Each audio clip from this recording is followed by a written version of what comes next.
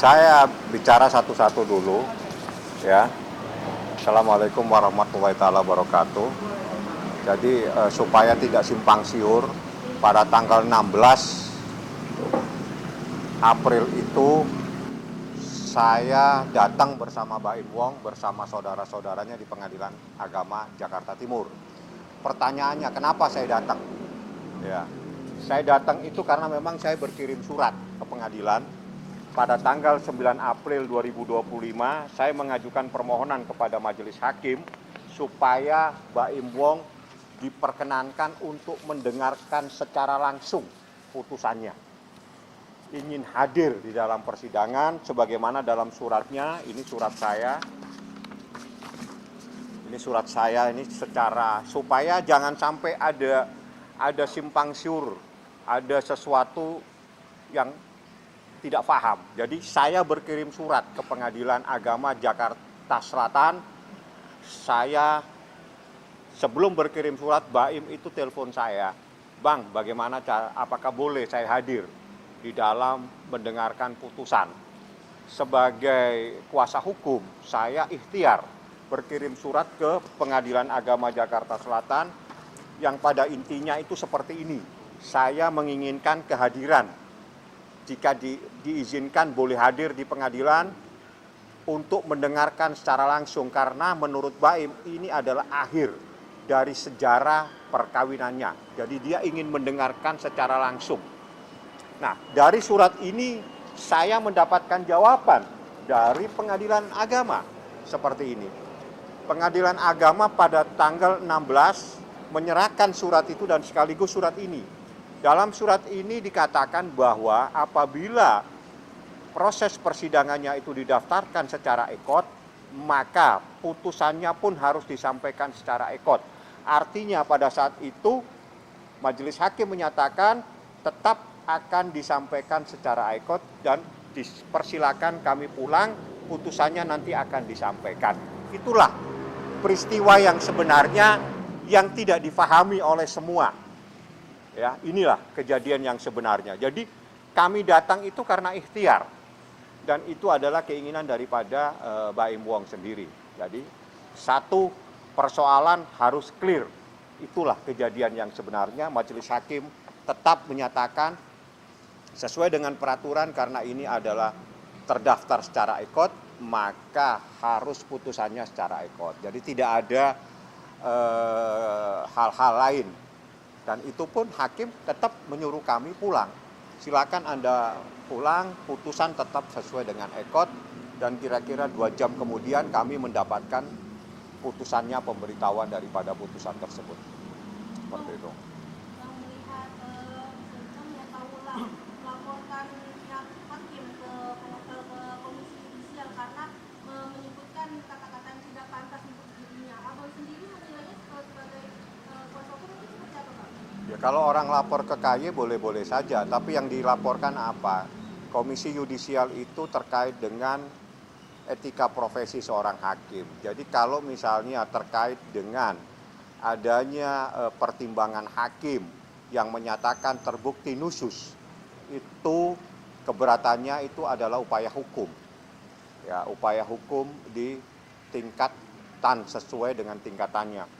Kalau putusan pada pengadilan tingkat pertama, itu upaya hukumnya banding, dan itu akan diperiksa oleh Pengadilan Tinggi Agama. Jadi apa yang disampaikan itu semuanya ada dalam putusan. Jadi kalau keberatan atas adanya putusan itu bukan di Komisi Yudisial, tapi adalah di Pengadilan Tinggi atau mengajukan upaya hukum banding. Itu yang harus dipahami supaya tidak tersesat semua. Kita semua tidak tersesat. Bang, kan Pak Ula membantah dan dia lagi bantah perselingkuhan, dan dia sekarang ini lagi menyiapkan bukti yang akan diajukan lewat banding gitu, Bang. Ya enggak apa-apa, tapi kan ini sudah diputus. Ya. Kalau sudah diputus berarti ini adalah putusan. Putusannya menyatakan dia nusus. Itu saja. Jadi saat ini yang jadi pedoman, saat ini yang masih bisa dipercaya dan yang harus dipercaya itu adalah pertimbangan dari hakim ini. Dan ini adalah putusan, bukan keinginan saya, bukan keinginan Baim Wong, tapi ini secara hukum amar putusan dan itu adalah pertimbangannya terbukti nusus. Seperti itu. Bang, mungkin nanti pihak dari BNI sendiri melihat Paula akan membanding seperti apa? Mungkin dari Ya kalau sudah banding kita bahas. Selama belum banding kita tidak bisa membahas apa-apa seperti itu. mungkin waktu banding sendiri dari kemarin 14 hari. Sejak tanggal 16, 14 hari menurut peraturan Mahkamah Agung, maka 14 hari sejak tanggal 16 apabila tidak mengajukan upaya hukum banding, maka putusan ini dinyatakan telah mempunyai kekuatan hukum tetap dan berlaku. Seperti itu. Jadi saat ini yang harus kita percayain itu adalah pertimbangan majelis hakim yang mendasarkan adanya nusus. Salah satunya jadi pertimbangan yang selama ini katanya tidak ada itu semuanya ada. Tidak mungkin itu disampaikan oleh humas. Jadi yang menyampaikan adanya putusan tersebut itu adalah humas pengadilan. Dia adalah menyampaikan intisari daripada putusan, di mana di dalam pertimbangannya itu seperti adanya nusus. Nusus itu adalah seorang istri yang durhaka kepada suaminya. Itu pertimbangannya itu ada di sini semua. Disinilah muncul kalimat adanya nusus atau adanya pertimbangan yang menyatakan bahwa seorang istri itu durhaka kepada suaminya. Ini dinyatakan di sini, termasuknya adalah keluarnya istri dari rumah suaminya tanpa izin. Nusus adalah kedurhakaan seorang istri terhadap suaminya dalam hal-hal yang diwajibkan baginya untuk taat kepadanya. Ini adalah pertimbangan hakim. Ini adalah dasar, bukan kemauan saya.